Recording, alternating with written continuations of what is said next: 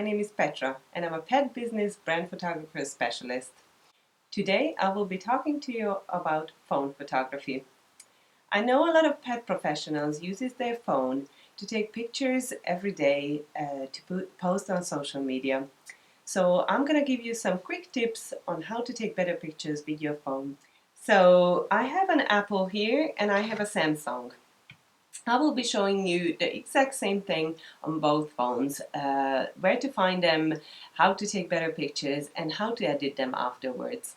So today I'm gonna have little brown doggy as a model. So just so I can show you the exact thing what I'm talking about and have a model here with me. So let's go first with the iPhone. When you open your iPhone and go to the camera setting, and when you turn on the camera, then you can swipe over to portrait mode. Within the portrait mode, you have different settings here. Natural light, studio light, contour light, stage light mono, and high key light mono. I like to use the natural light, so I will be showing you that today. So when you point it to your subject, right away it's telling me to move away. There we are. I moved away and you can see it right away that the background gets blurry and the subject is still in focus. So you can take a picture like this and then that's done. I will show you in the settings how to edit these images afterwards. So I will be showing you this on the Samsung. So on any Android device, you go to the camera setting. There we are, and then it's called live focus. Same exact thing. So again, point it to your subject. I'll have to move further away with this. There we are. But with this phone, the difference is then you can select how blurry you want the background. Okay, so you can just move this toggle bar at the bottom, and then you can see how the background is blurred. And then you can, where you like it, you can just go ahead and take a photo. There we are. So this is the difference between the Samsung and the iPhone. That the Samsung, you can, while you're taking the photo, you can select how blurry you want the background. Instead, on the iPhone, once you've taken a photo, then you go into the photos, the photo library, and then you select the image that you made, and then you go edit, and on the top right, I'm sorry, top left corner, on the top left corner, you see it says f2.8. So when you click on that, then at the bottom a toggle bar appears and it says depth and 2.8. So you can move that around and then see how the background gets blurry and not blurry. So again, you can play with this afterwards, this setting, and then you can select how you like it better. So these are the two differences within this mode between the iPhone and the Samsung. With the iPhone, you can make the background blurrier. Afterwards, with the Samsung, you can only make it blurrier while you're taking the photo. So another quick tip I have, when you have an animal that is moving around a lot and then you like to have a decent picture of that animal, then on the Samsung you go to your camera again and then you leave it on the regular phone setting, and when you want to take the image you just point it to the animal, and then instead of just quickly pressing the button, press and hold the button, and it's going to take a series of pictures for you. So once you have this series of pictures, then you go to your photo library and go select that image, and within the image you will see at the bottom that there are different frames that you can choose from. So it was basically a continuous shot that you took, and within that continuous shot you can select the image that you like best, which is the less blurriest basically.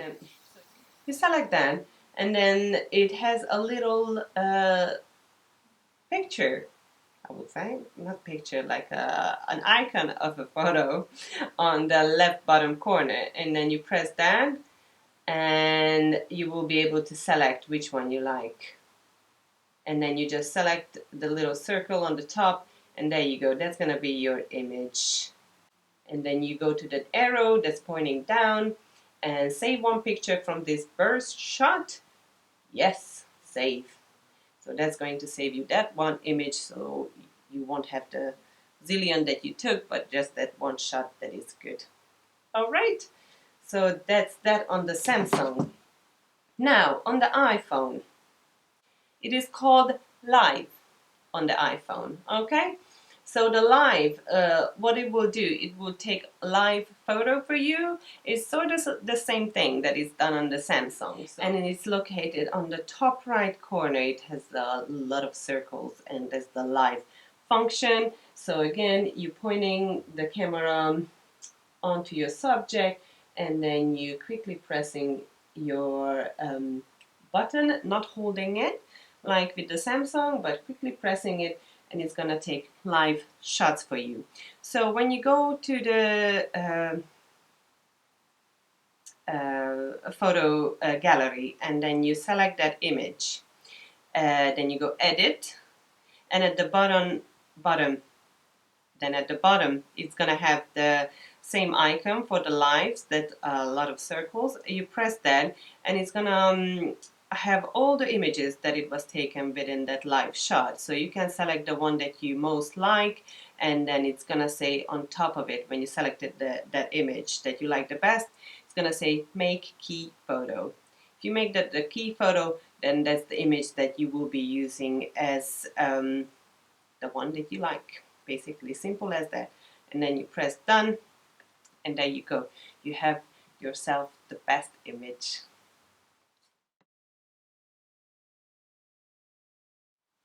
The main thing with phone photography is that you use enough light. So light is always the key, and I'm not talking about your light inside the house. I'm talking about natural light or studio light. Now, if you use natural light, you either gonna be outdoors. If you are indoors and then you have to take the photo indoors, then you make sure that you are next to the window and you have the curtains open, so you let as much light in as possible. Always have your subject facing the light, not away from the light, and just remember that direct sunlight is not always the best option. I do recommend that you either move into the shadow if you're outdoors, some shades or anything like that, or indoors if you have the direct sun coming through your window, then I would recommend to use another location in the house or wait for the sun to go away, because you're going to have very harsh shadows on your subject. Other quick thing that you can do when you point the camera to your subject, then you can tap on your subject that's going to be on focus, and then you see a little sun appearing next to the yellow square. You can move that up and down, and also you can change the brightness of the image, and then you can just press your shutter, and then there you go, you're gonna have a brighter image. On the Samsung, it is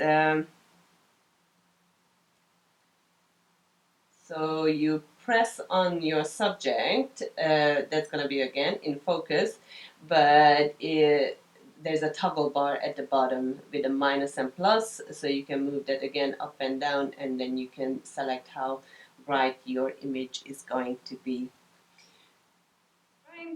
There are many other functions in the phone that you can play around with, but these are my very quick tips that will help you to take better pictures. So let me tell you a little bit about the editing afterwards. So it's actually the same on the iPhone and on the Samsung. So you select one of your photos. I'm gonna just simultaneously do the same thing. And on the iPhone it does say edit. On the Samsung at the bottom it does have a little pencil, so that's what you would have to press. And you can choose a number of things there at the bottom. So you could have changing the exposure, the brilliance on the iPhone, highlights, shadows, contrast, brightness, black point, saturation, and I could go on and on about it, that how many things you can change. So if you think that your image is too dark, then you can just go to the exposure and then move the toggle bar at the bottom and then stop where you think that it is the best. And then same thing with the highlights. If you think that there is too much highlights that is bright, you can just turn it down. Shadows, if you think that there are a lot of shadows on your photo, then you can just move it up a bit, and then there's gonna be less shadows on it. Now, same thing with the Samsung. You have a little circle that has 3 lines on it, and then you can change the brightness, the exposure, same thing, contrast, saturation, and all that. So you can just move the toggle bar up and down and then change everything according to that. Now, there are another option if you don't want to mess around this much for the editing, that you have 3 circles together. It is actually the same icon on the Samsung and on the iPhone. So within those you have different settings that is already preset. So you can go with like, let's say, cool. It's not cool because the image is cool, but because it's a cold setting. Or you can go with dramatic, that it says on the iPhone. So it's totally up to your style, which one you like the best, and then you can just select that and press done or save. And then there we are. We have a little bit of editing options there. If you do want to crop your image, is the same icon on both phones. It's like a square sort of thing, and then you can just move the sides or the top and the bottom how you like to your image to appear, and then again just save it or press done on the iPhone. That's all about it, really, about the editing. If you do want to have more editing done on your phone, there are different apps to do this, but I'm not going to talk about it today. That was my quick tips and advice on how to do better pictures with your phone for your animals. I'm sorry I didn't have a real life animal today with me, but this was much easier to do the presentation with. If you like today's videos, make sure you subscribe, and see you again in another video.